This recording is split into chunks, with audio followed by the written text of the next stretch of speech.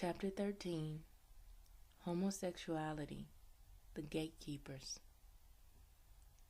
The words gay and lesbian do not exist in the village, but there is the word gatekeeper. Gatekeepers are people who live a life at the edge between two worlds, the world of the village and the world of spirit. Though they do not marry in this world, they say they have partners in other dimensions. What they do, they don't like to communicate to anyone. It is their right to keep it to themselves. Everybody in the village respects that because without gatekeepers, there is no access to other worlds. Most people in the West define themselves and others by sexual orientation. This way of looking at gatekeepers will kill the spirit of the gatekeeper. Gatekeepers in the village are able to do their job simply because of their strong spiritual connection and also their ability to direct their sexual energy not to other people, but to spirit. The gatekeepers stand on the threshold of the gender line. They are mediators between the two genders.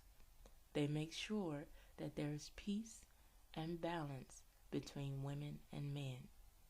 If the two genders are in conflict and the whole village is caught in it, the gatekeepers are the ones to bring peace. Gatekeepers do not take sides.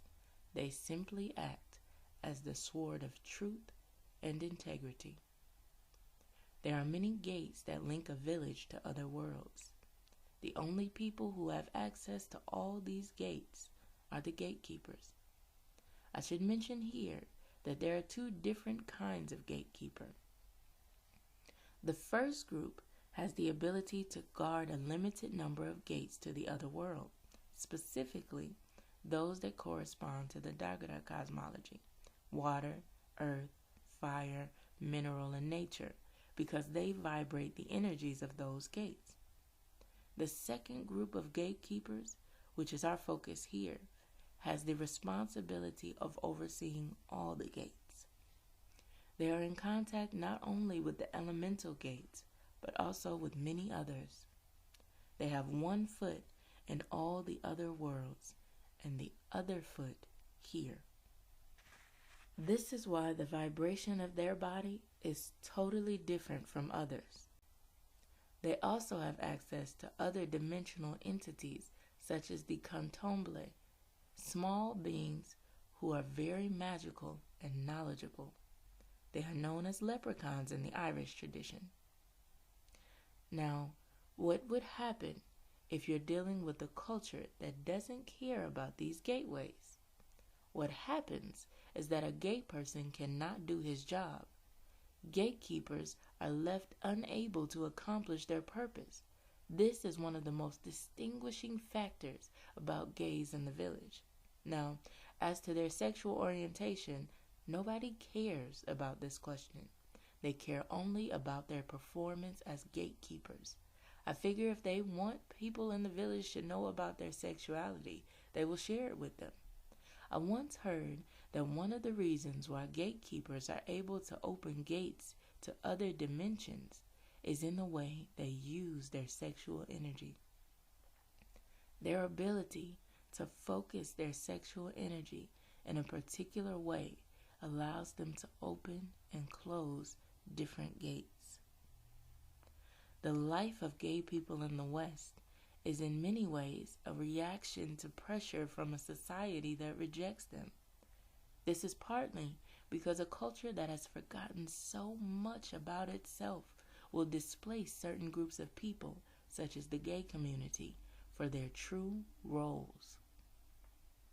In the village, they are not seen as the other. They are not forced to create a separate community in order to survive.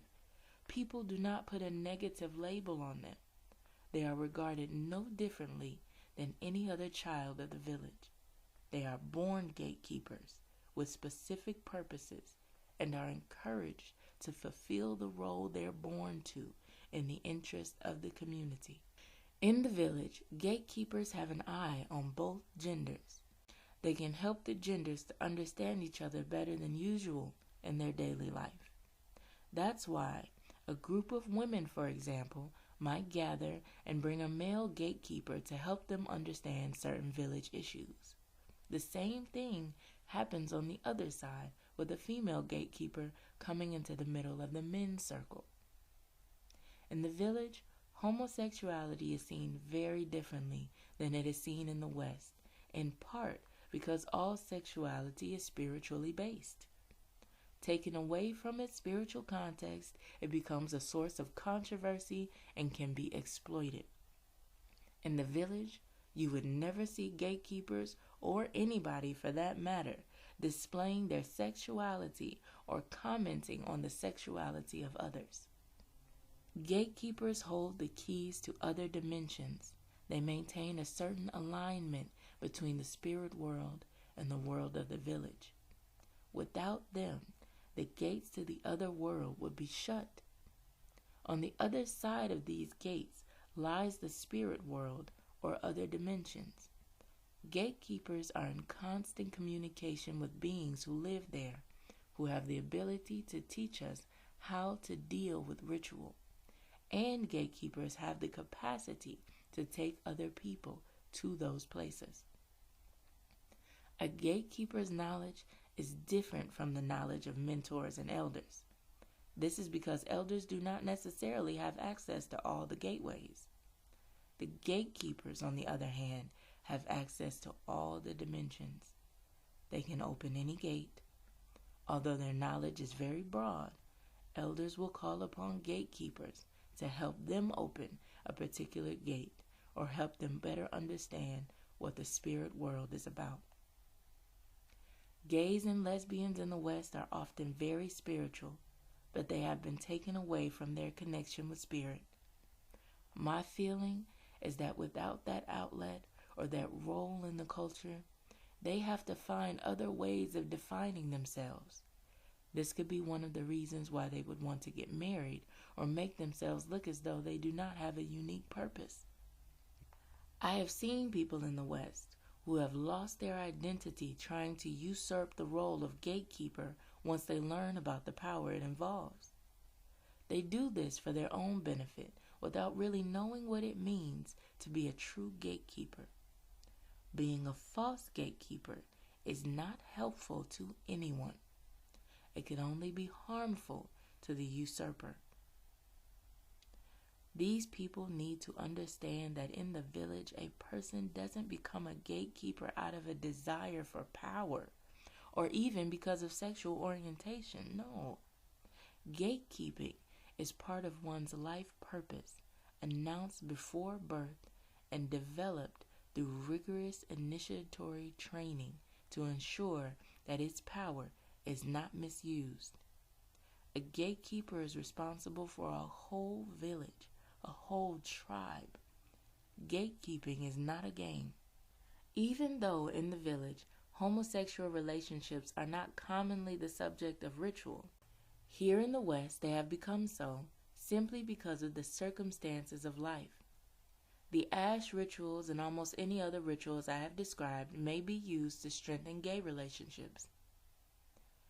What we have looked at regarding intimacy, sexuality, ritual, conflict, and loss applies also to homosexual relationships in the West, because any kind of relationship, unless it's false or empty or superficial, comes with problems, and there is a need to carefully maintain and sometimes repair it.